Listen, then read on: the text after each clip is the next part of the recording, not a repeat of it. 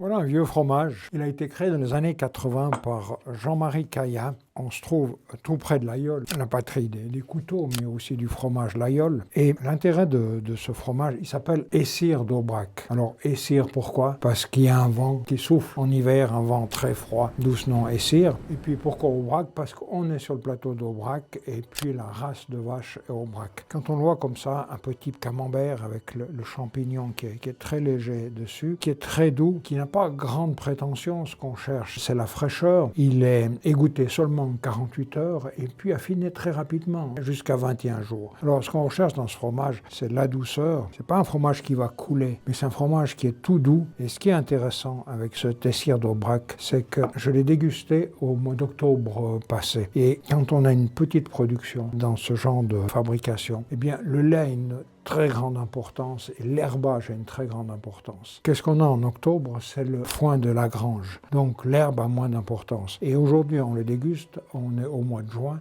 les vaches sont à l'extérieur, dans la montagne, et c'est là qu'on va voir la différence. Là, il y a beaucoup plus de saveur, beaucoup plus floral. Et c'est ça que je recherche quand je défends toujours les productions fermières. Pourquoi? Parce que dès qu'on s'agrandit, on maîtrise moins bien le lait. On ne sait pas où les vaches se sont nourries. Là, on sait que c'est dans la montagne, que l'herbage du mois de juin est magnifique. Mais le résultat, le fromage est magnifique.